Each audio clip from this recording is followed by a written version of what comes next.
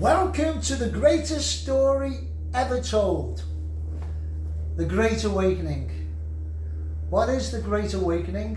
It's something that's happening right now all over our beautiful planet. There's a shift in consciousness going on, and there's millions and millions of people all over the world realizing the essence of who they are, Alan.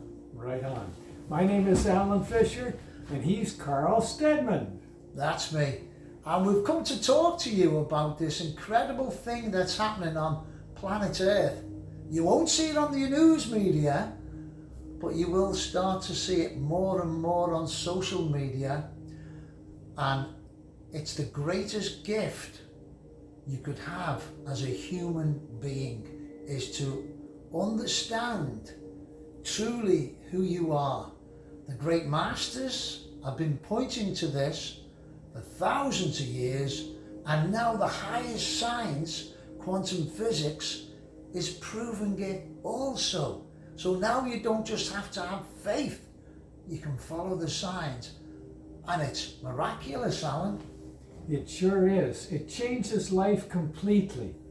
Whereas before you were on the horizontal plane of birth and school and job, marriage, house, car, and then you die. And that's it. And we repeat and repeat over and over again the same thing. And every generation starts running. But now it's all being changed. And people are waking up in consciousness. They're stopping that thinking, because that's where all the problems come from, thinking. It's not about the actual events. It's thinking about them, the story that you're telling yourself. And, you say, this is my life. Well, it's life coming through you. It's one life animating the grass, the trees, the planet, and it's coming through each individual uniquely. You are special just because you're alive. So it's an amazing process, and to realize that is the Great Awakening.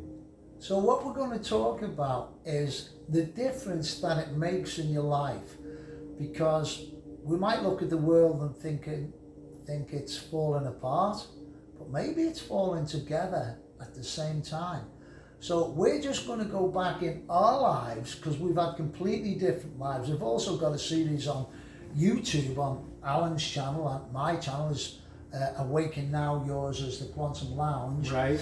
And the series we had was called Two Different Worlds, but this one is today is just about the Great Awakening, what's happening. So we're going to talk about the difference it's made in our life from where we were and the joy that we have now. So talk about your shift in consciousness, Alan. Yeah, and this is just an example. I mean, we're all unique human beings. So the important thing is it can happen for you. You can change your life. So I'll go back.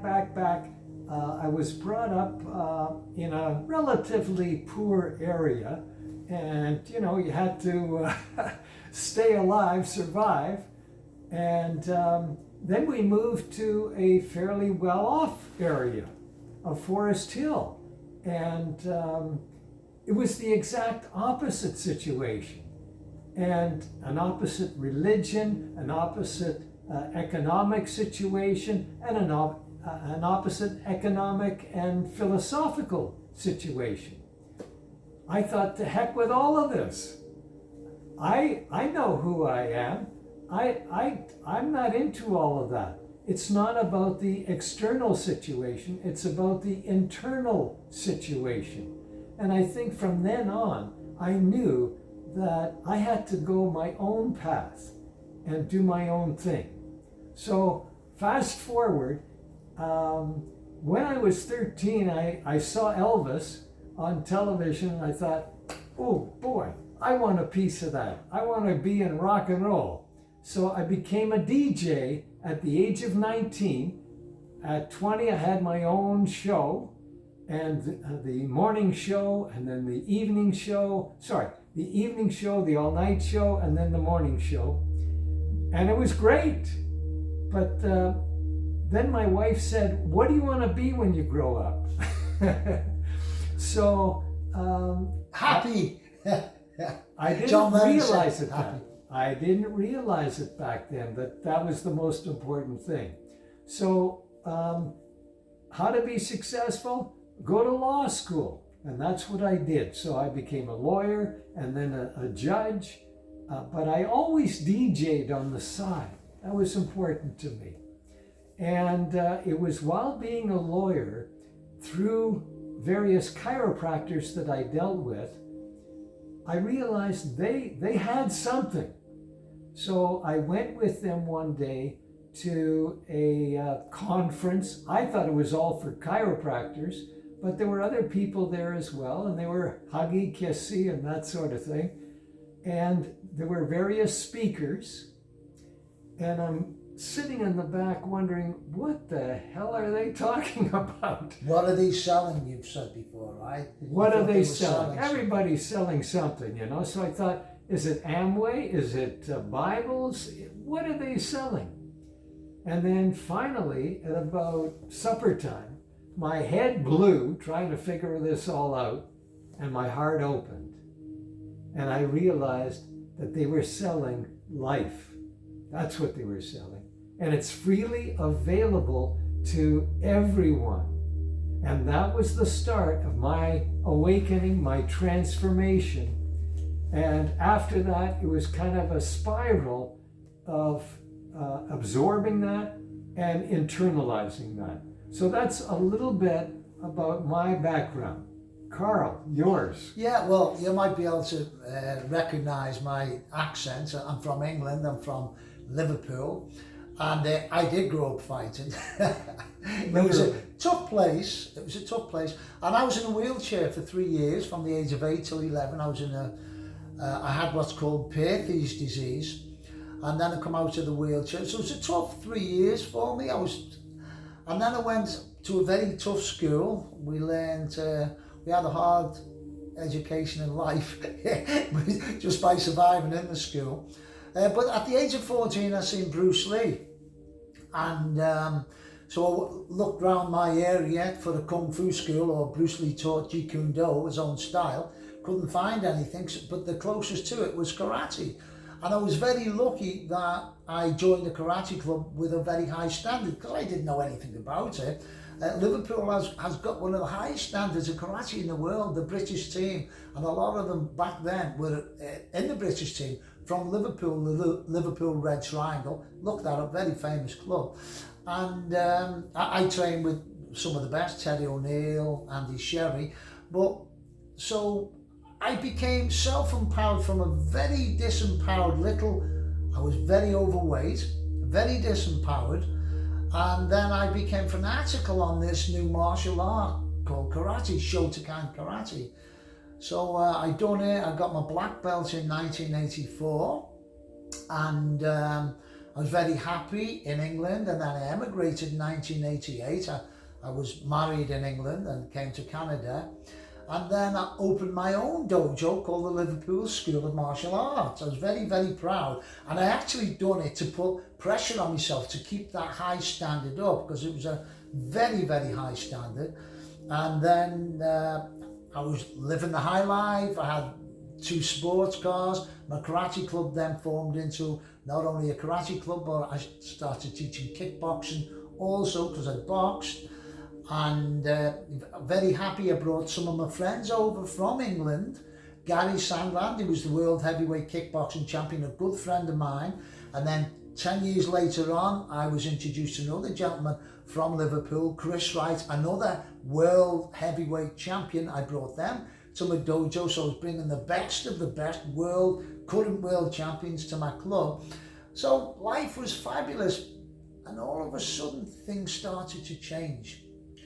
So I went bankrupt, I got divorced, my father died, I broke my ankle, so I couldn't teach at the club. So all these things were happening, Alan, and I'd say within 6 months to a year, they all came at the same time, to the point where I was it was like a nightmare to me. But then from that, I discovered Eckhart Tolle.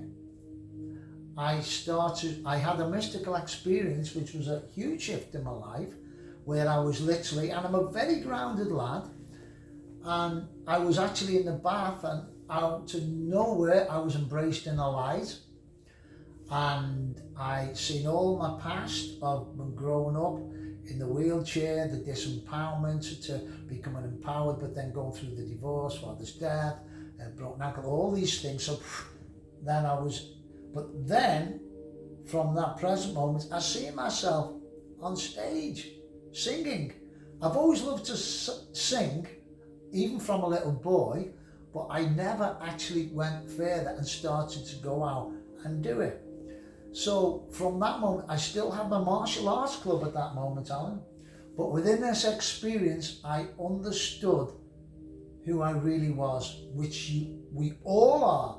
And this is why we're making this video today. We're talking about this great awakening that's happening on planet Earth. There's hundreds of millions of people, if not maybe a billion, I don't know. But there's many, many people starting to understand there's more to life. So basically all the messages we've been getting from the great masters like Jesus, Buddha, Krishna, so many from all the religions touch on this, who we are, love is the answer. But now the highest science, which is quantum physics, is now proven this too. So I had a shift in consciousness, but a big part of my shift was when I started to understand that I was talking to myself. I had a narrative in my head, which most people do. But then I realized, I became aware of the voice in my head, and most of the voice in my head was negatives. Why that, and how come that, and if only I still had that now, or how come I lost that, my home, oh that's so sad, and why did that person, and I blame them, and I blame her, this, that or the other, I blame her, I blame him. And so this narrative we have in our head, or what am I going to do in the future? I've got no house, I've got no car, I've got no money, I don't have a job, what am I going to do? I understood the madness of the voice in the head. It wasn't the things in my life that was causing all the pain. The suffering came from my own thoughts. So I became aware of my thoughts, and every time I caught myself thinking, and we can all do it with practice, I kept on catching myself going down that horrible, depressing, negative energy. The news media doesn't help it. So from that moment on, I didn't watch the news anymore, the killings, the bombings, the murders, this, that, the other. I switched that off and started to read more. I started to read people who had changed their lives, inspiring people, and my life started to change. So that's one of our messages. One of the first parts that you can change your life is be aware of them thoughts, because they're not who you are. They're just thoughts, and stressed about the past, worried about the future, Alan. So that was a big part of my shift in consciousness. So now you have an idea about our past, our story on the horizontal line, and hopefully you get to know us a little bit, and I'm sure you have your story as well. But that only takes you so far. And also, just like to point out, Alan, because I do know people who are still in this story. Of course. We were lucky, we went through our story for many years, why this, why that, until we realized it's a story. In the present moment, get rid of that story. Sorry, go on, Alan. Yeah, the past is gone. It doesn't mean a thing other than it brought you to here now. And anybody can come into the present moment. So that's the beauty of it. But let's look at the horizontal line, and let's look at our stories. I mean, he had a martial arts club. He had everything together, and you could say he was a success. I was a lawyer, a judge, and that's the highest you can go maybe as far as career and occupation. Oh boy. And some people are identified with that. They're a lawyer, a doctor, an Indian chief. That's their life, they think. That's who they are, they think. Their job, their career, or how much money they have in the bank. That's their identity. So one of the biggest keys and one of the biggest steps is to realize you need to change your identity. You are not, as Carl says, the voice in the head. Start becoming aware of all those thoughts and realize that that's not you. That chatter goes on all the time. You're not this, you're not good enough, you're this, you're that. Oh, look at him, he's... And also, I'd like to point out, when you're doing that, you're causing disease, because it's running through your body, these beautiful cells that are here to keep that body perfect. You're disrupting themselves. Again, science, Brucelipton.Joedispenza, and many other leading scientists and doctors are now proving this. When we're doing this, we're causing disease in the body. Sorry, Alan, go on. No, that's important because also your thoughts in your head, if they're crazy and you listen to that voice in the head, you do destructive things.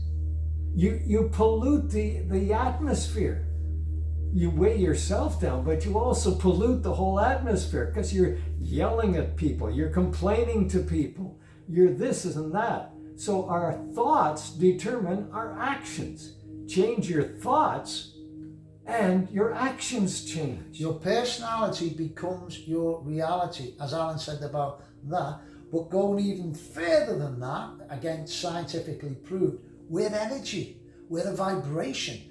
Everything is energy, starting from fear and hatred and anger and jealousy, and then you start to go up and up to joy and peace and love and enlightenment. It's science now. There's a book called Power versus Force. Check it out. But the interesting thing, okay, that might sound interesting, but what is more important is your vibration is creating your reality. So wherever you're vibrating, if you're angry and this and you will bring that energy to you. You meet more angry people. If you're angry on the road, you will meet someone else. It's called road rage. This opposite is also true. When you're happy, when you're joyful, you'll find your life will change and you'll meet more happy, joyful people, and you'll have more happy experiences. They call it the law of attraction. So we can change the law of attraction, and I call it the law of attraction in action. So do good things, do nice things, do what you love, and you'll get more of that, Alan. Absolutely. So, that's our story. We're just two ordinary folks. We're not identified with who we were in the past because we realize that we are life expressing through this particular form. Now, you got to take care of the form.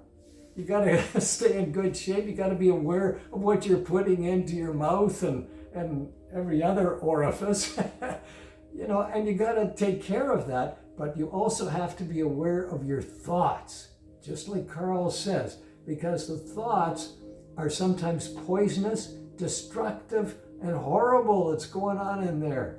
So if you change that, and it's easy to do that, it's a process, but it's easy. All you have to do. Now this is the important part.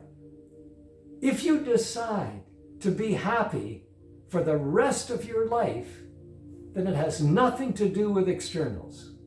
Because no matter how many things you get, no matter what the material external things are, a nice car, a nice house, money in the bank and all the rest, what is it all for if not to be happy? So if you decide to be happy, no matter what, no matter the external circumstances, no matter what the other driver's doing, you decide to be happy, then everything changes. To be happy, to be joyful, to be still, to be peaceful, to be calm. You don't want to fight with anybody anymore. You don't want to get mad anymore because it's ridiculous. It's a waste of energy.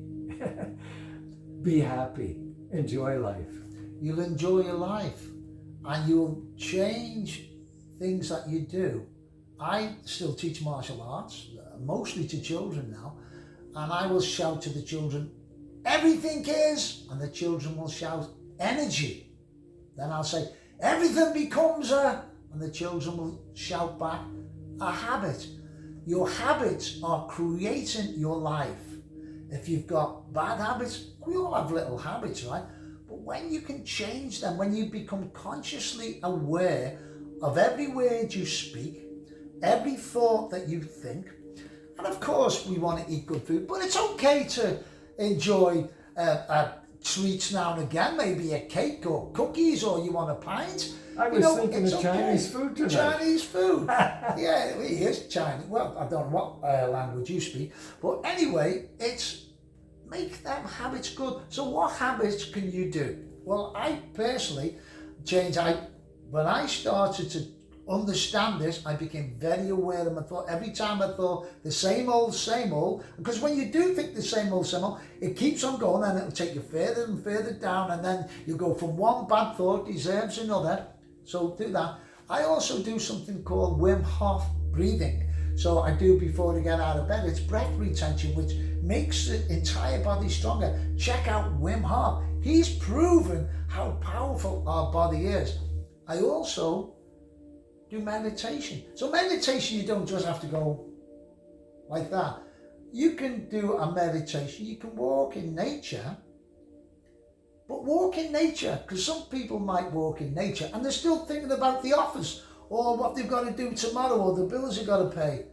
Be present. Be in the present moment. You will see your energy. You'll have more energy, because when you're in stress, because when you're worried, you're in stress, it zaps your energy. It takes your energy down. So when you start to change these habits, you'll find better and better things happen in your life. Drink lots of good water. Eat good food, fruits and vegetables, be balanced. Everything is balanced, right?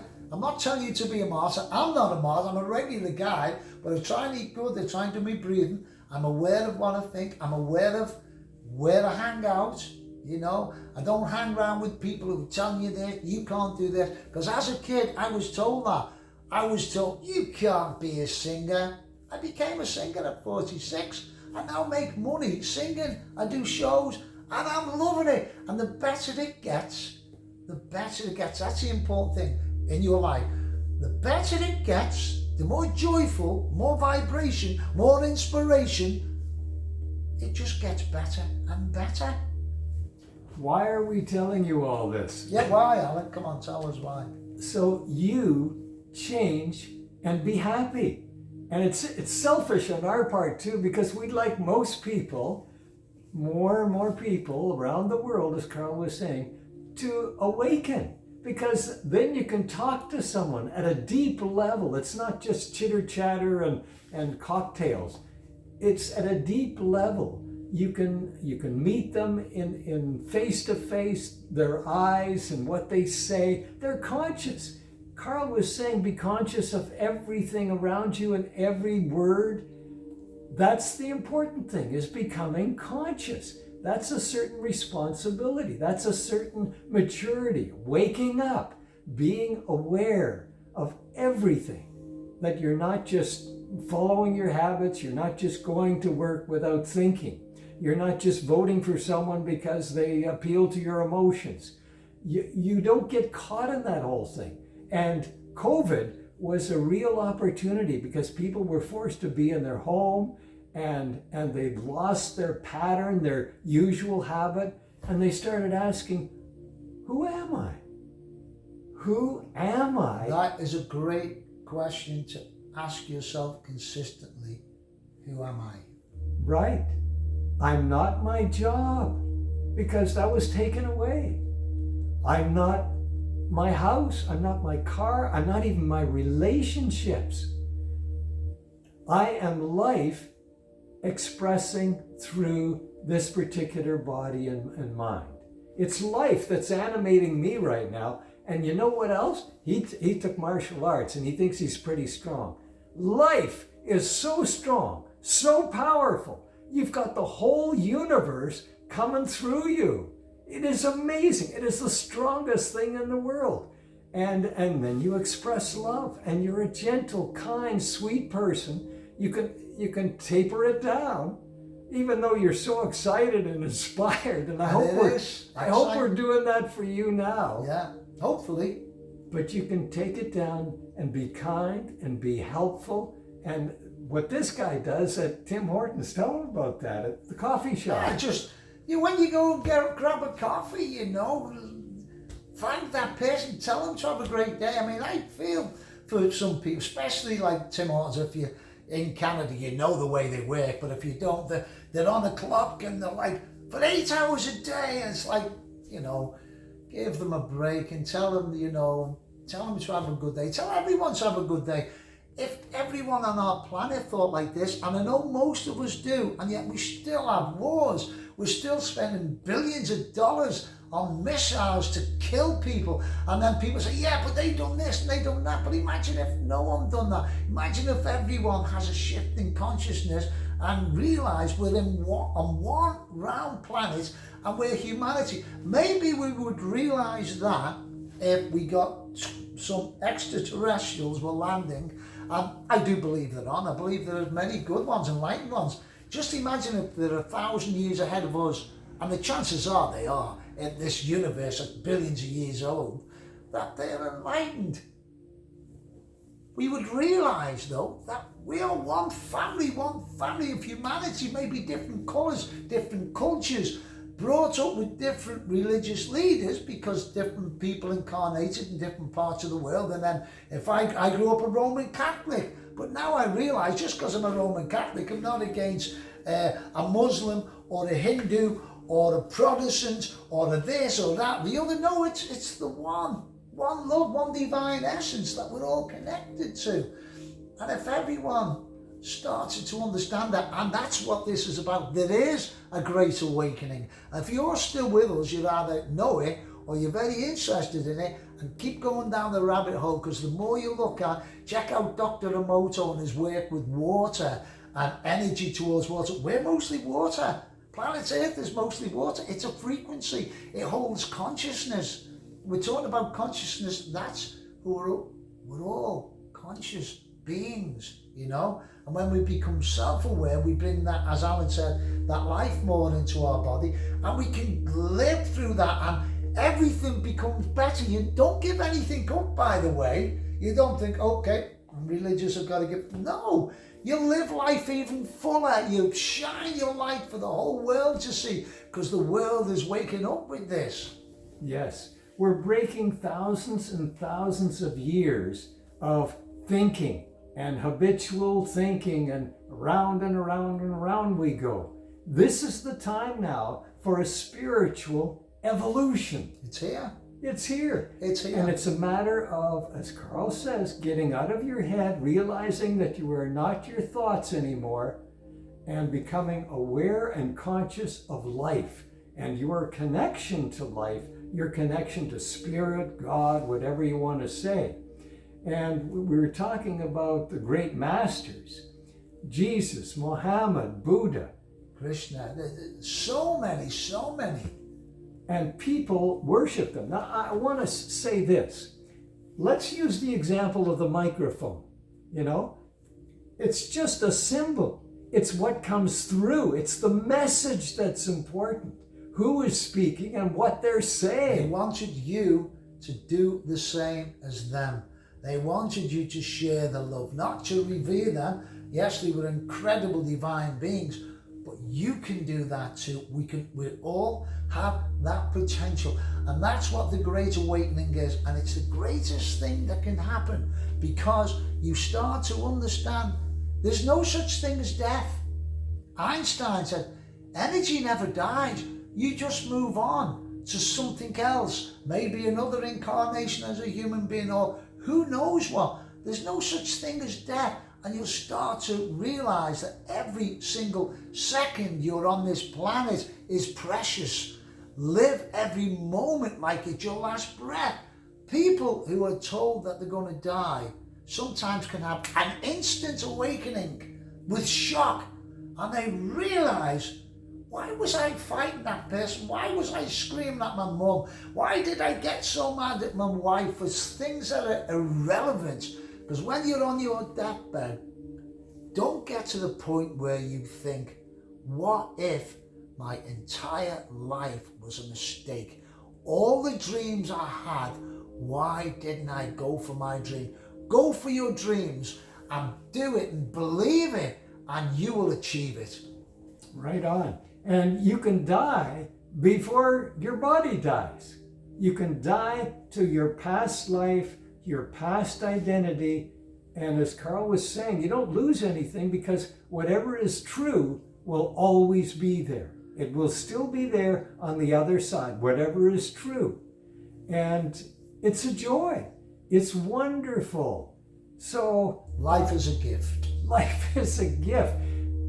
Here's an example. You've probably seen an animal at the side of the road. It's been hit by a car or something like that.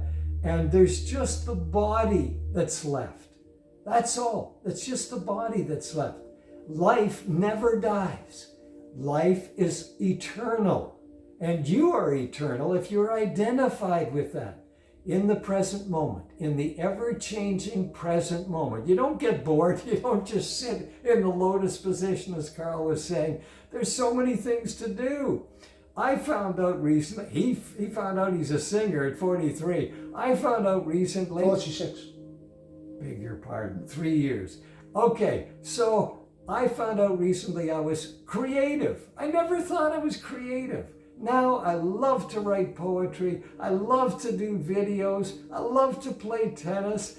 I love to create. And these videos are one way to do that.